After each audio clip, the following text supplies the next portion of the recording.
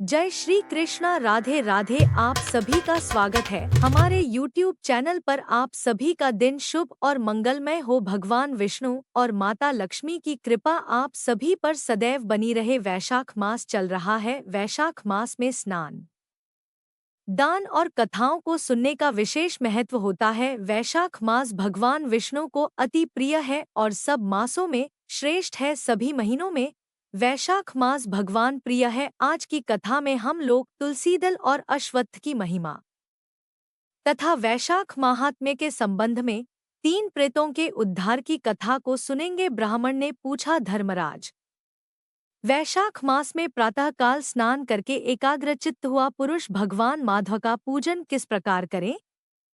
आप इसकी विधि का वर्णन करें। धर्मराज ने कहा, ब्राह्मण, पत्तों की जितनी जातियां हैं उन सब में तुलसी भगवान श्री विष्णु को अधिक प्रिय है। पुष्कर आदि जितने तीर्थ हैं, गंगा आदि जितनी नदियां हैं तथा वासुदेव आदि जो देवता हैं, वे सभी तुलसी दल में निवास करते हैं।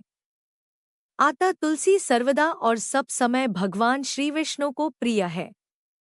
कमल और मालती का फूल छोड़कर तुलसी का पत्ता ग्रहण करे और उसके द्वारा भक्तिपूर्वक माधव की पूजा करे। उसके पुण्य फल का पूरा पूरा वर्णन करने में शेष भी समर्थ नहीं है। जो बिना स्नान किए ही देव कार्य या पितृकार्य के लिए तुलसी का पत्ता तोड़ता है, उसका सारा कर्म निष्फल हो जाता है तथा वह पंचगव्य पान करने से शुद्ध होता है। जैसे हर्रे बहुतेरे रोगों को तत्काल हर लेती है, उसी प्रकार तुलसी दरिद्रता और दुख भोग आदि से संबंध रखने वाले अधिक से अधिक पाप को भी शीघ्र ही दूर कर देती है। तुलसी काले रंग के पत्तों वाली हो या हरे रंग की, उसके द्वारा श्रीमधुसूदन की पूजा करने से प्रत्येक मनुष्य विशेषतः भगवान का भक्त नर से नारायण हो जाता है। जो पूरे वैशाख भर तीनों संध्याओं के समय तुलसीदल से मधुहंता श्रीहरि का पूजन करता है, उसका पुण्य इस संसार में जन्म नहीं होता। फूल और पत्तों के न मिलने पर अन्न आदि के द्वारा, धान, गेहूं, चावल अथवा जौ के द्वारा भी सदा श्रीहरि का पूजन करे। तत्पश्चात सर्वदेव में भगवान विष्णु की प्रदक्षिणा करे। इसके बाद देवताओं, मनुष्यों, पितरों तथा चराचर जगत का तर्पण करना चाहिए। पीपल को जल देने से दरिद्रता, कालकर्णी, एक तरह का रोग, दुःस्वप्न, दुश्चिंता तथा संपूर्ण दुख नष्ट हो जाते हैं।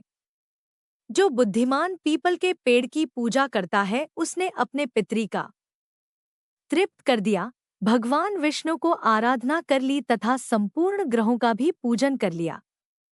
अष्टांग योग का साधन, स्नान करके पीपल के वृक्ष का सिंचन तथा श्री गोविंद का पूजन करने से मनुष्य कभी दुर्गति को नहीं प्राप्त होता। जो सब कुछ करने में असमर्थ हो, वह स्त्री या पुरुष यदि पूर्वोक्त नियमों से युक्त होकर वैशाख की त्रयोदशी, चतुर्दशी और पूर्णिमा तीनों दिन भक्ति से विधिपूर्वक प्रातः स्नान करे तो सब पातकों से मुक्त होकर अक्षय स्वर्ग का उपभोग करता है। जो वैशाख मास में प्रसन्नता के साथ भक्तिपूर्वक ब्राह्मणों को भोजन कराता है तथा 3 रात तक प्रातःकाल एक बार भी स्नान करके संयम और शौच का पालन करते हुए श्वेत या काले तिलों को मधु मिलाकर 12 ब्राह्मणों को दान देता है और उनके द्वारा स्वस्तिवाचन कराता है तथा मुझ पर धर्मराज प्रसन्न हो, इस उद्देश्य से देवताओं और पितरों का तर्पण करता है, उसके जीवन भर के किए हुए पाप तत्काल नष्ट हो जाते हैं।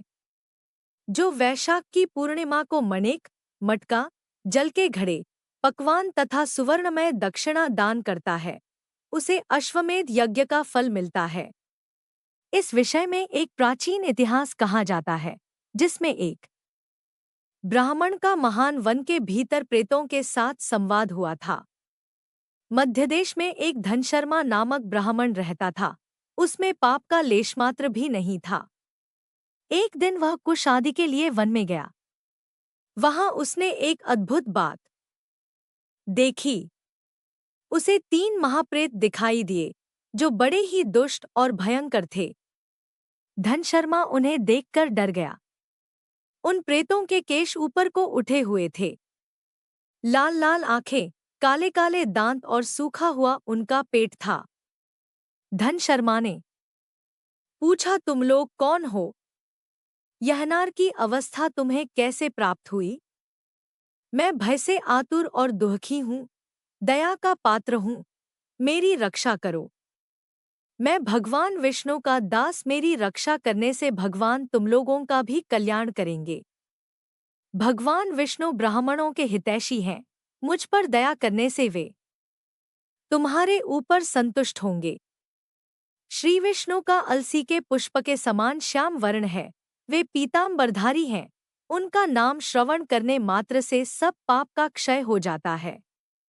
भगवान आदि और अंत से रहित, शंख, चक्र एवं गदा धारण करने वाले, अविनाशी, कमल के समान नेत्रों वाले तथा प्रेतों को मोक्ष प्रदान करने वाले हैं।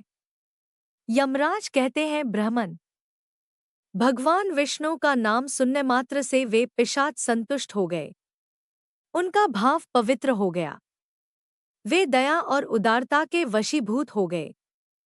ब्राह्मण के कहे हुए वचन से उन्हें बड़ी प्रसन्नता हुई थी। उसके पूछने पर वे प्रेत इस प्रकार बोले। प्रेतों ने कहा, विप्र, तुम्हारे दर्शन मात्र से तथा भगवान श्रीहरि का नाम सुनने से हम इस समय दूसरे ही भाव को प्राप्त हो गए, हमारा भाव बदल गया, हम दयालु हो गए। वैष्णव पुरुष का समागम निश्चय ही पाप को दूर भगाता, कल्याण से संयोग कराता तथा शीघ्र ही यश का विस्तार करता है। अब हम लोगों का परिचय सुनो। यह पहला कृतघ्न नाम का प्रेत है, इस दूसरे का नाम विदैवत है तथा तीसरा मैं हूँ, मेरा नाम अवैशाख है, मैं तीनों में अधिक पापी हूँ। इस प्रथम पापी ने सदा ही कृतघ्नता की है, अतः इसके कर्म के अनुसार ही इसका कृतघ्न नाम पड़ा है। ब्राह्मण, यह पूर्वजन्म में सुदास नामक द्रोही मनुष्य था, सदा कृतघ्नता किया करता था, उसी पाप से यह इस अवस्था को पहुंचा है। अत्यंत पापी, धूर्त तथा गुरु और स्वामी का अहित करने वाले मनुष्य के लिए भी पापों से छूटने का उपाय है, परंतु कृतघ्न के लिए कोई प्रायश्चित्त नहीं है। इस दूसरे पापी ने देवताओं का पूजन किए बिना ही सदा अन्न भोजन किया है, इसने गुरु और ब्राह्मणों को कभी दान नहीं दिया है, इसीलिए इसका नाम विदैवत हुआ है। यह पूर्वजन्म में हरिवीर नाम से विख्यात राजा था, 10,000 गांवों पर इसका अधिकार था। यह रोप, अहंकार तथा नास्तिकता के कारण गुरुजनों की आज्ञा का उल्लंघन करने में तत्पर रहता था। प्रतिदिन 5 महायज्ञों का अनुष्ठान किए बिना ही खाता और ब्राह्मणों की निंदा किया करता था। उसी पाप कर्म के कारण यह बड़े बड़े नरकों का कष्ट भोगकर इस समय विदैवत नामक प्रेत हुआ है। अवैशाख नामक तीसरा प्रेत मैं हूँ। मैं पूर्वजन्म में ब्राह्मण था, मध्यदेश में मेरा जन्म हुआ था। मेरा नाम भी गौतम था और गोत्र भी मैं वासपुर गांव में निवास करता था। मैंने वैशाख मास में भगवान माधव की प्रसन्नता के उद्देश्य से कभी स्नान नहीं किया, दान और हवन भी नहीं किया। विशेषतः वैशाख मास से संबंध रखने वाला कोई कर्म नहीं किया। वैशाख में भगवान मधुसूदन का पूजन नहीं किया तथा विद्वान पुरुषों को दान आदि से संतुष्ट नहीं किया। वैशाख मास की एक भी पूर्णिमा को, जो पूर्ण फल प्रदान करने वाली है, मैंने स्नान, दान, शुभ कर्म, पूजा तथा पुण्य के द्वारा उसके व्रत का पालन नहीं किया। इससे मेरा सारा वैदिक कर्म निष्फल हो गया। मैं अवैशाख नामक प्रेत होकर सबोर विचरता हूँ। हम तीनों के प्रेत्योनि में पड़ने का जो कारण है, वह सब मैंने तुम्हें बता दिया। अब तुम हम लोगों का पाप से उद्धार करो, क्योंकि तुम वित्र हो, ब्रहान, पुण्यात्मा, साधु पुरुष तीर्थों से भी बढ़कर हैं। वे शरण में आए हुए महान पापियों को भी नरक से तार देते हैं। जो मनुष्य सदागंगा आदि संपूर्ण तीर्थों में स्नान करता है तथा जो केवल साधु पुरुषों का संग करता है, उनमें साधु संग करने वाला पुरुष ही श्रेष्ठ है। अर्थ: तुम मेरा उद्धार करो, अथवा मेरा एक पुत्र है जो धनशर्मा नाम से विख्यात है, स्वामिन, तुम उसी के पास जाकर ये सब बातें समझाओ। हमारे लिए इतना परिश्रम करो। जो दूसरों का कार्य उपस्थित होने पर उसके लिए उद्योग करता है, उसे उसका पूरा फल मिलता है। यह यज्ञ, दान और शुभकर्मों से भी अधिक फल का भागी होता है। यमराज कहते हैं, ब्राह्मण, उस प्रेत का वचन सुनकर धनशर्मा को बड़ा दुहक हुआ। उसने यह जान लिया कि ये मेरे पिता हैं, जो नरक में पड़े हुए हैं। तब वह सर्वथा अपनी निंदा करते हुए बोला। धनशम ने कहा, स्वामिन, मैं ही गौतम का आपका पुत्र धनशर्मा हूँ। मैं आपके किसी काम न आया, मेरा जन्म निरर्थक है। जो पुत्र आलस्य छोड़कर अपने पिता का उद्धार नहीं करता, वह अपने को पवित्र नहीं कर पाता। जो इस लोक और परलोक में भी सुख का संतान विस्तार कर सके, वही संतान या तनय माना गया है। इस लोक में धर्म की दृष्टि से पुरुष के दो ही गुरु हैं, पिता और माता। इनमें भी पिता ही श्रेष्ठ है, क्योंकि सर्वत्र बीज की ही प्रधानता देखी जाती है। पिताजी, क्या करूं?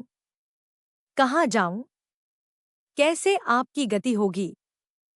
मैं धर्म का तत्व नहीं जानता, केवल आपकी आज्ञा का पालन करूंगा। प्रेत बोला, बेटा, घर जाओ और यमुना में विधिपूर्वक स्नान करो। आज से 5वें दिन वैशाख की पूर्णिमा आने वाली है, जो सब प्रकार की उत्तम गति प्रदान करने वाली तथा देवता और पितरों के पूजन के लिए उपयुक्त है। उस दिन पितरों के निमित्त भक्तिपूर्वक तिलमिश्रित जल, जल का घड़ा, अन्न और फल दान करना चाहिए। उस दिन जो श्राद्ध किया जाता है, वह पितरों को 1000 वर्षों तक आनंद प्रदान करने वाला होता है। जो वैशाख की पूर्णिमा को विधिपूर्वक स्नान करके 10 ब्राह्मणों को खीर भोजन कराता है, वह सब पापों से मुक्त हो जाता है। जो धर्मराज की प्रसन्नता के लिए जल से भरे हुए 7 घड़े दान करता है, वह अपनी 7 पीढ़ियों को तार देता है। बेटा, त्रयोदशी, चतुर्दशी तथा पूर्णिमा को भक्तिपरायण होकर स्नान, जप, दान, होम और श्रीमाधव का पूजन करो और उससे जो फल हो, वह हम लोगों को समर्पित कर दो। ये दोनों प्रेत भी मेरे परिचित हो गए हैं, अतः इनको इसी अवस्था में छोड़कर मैं स्वर्ग में नहीं जा सकता। इन दोनों के पाप का भी अंत आ गया है। यमराज कहते हैं, ब्राह्मण, बहुत अच्छा कहकर वह श्रेष्ठ ब्राह्मण अपने घर गया और वहां जाकर उसने सब कुछ उसी तरह किया। वह प्रसन्नतापूर्वक परम भक्ति के साथ वैशाख स्नान और दान करने लगा।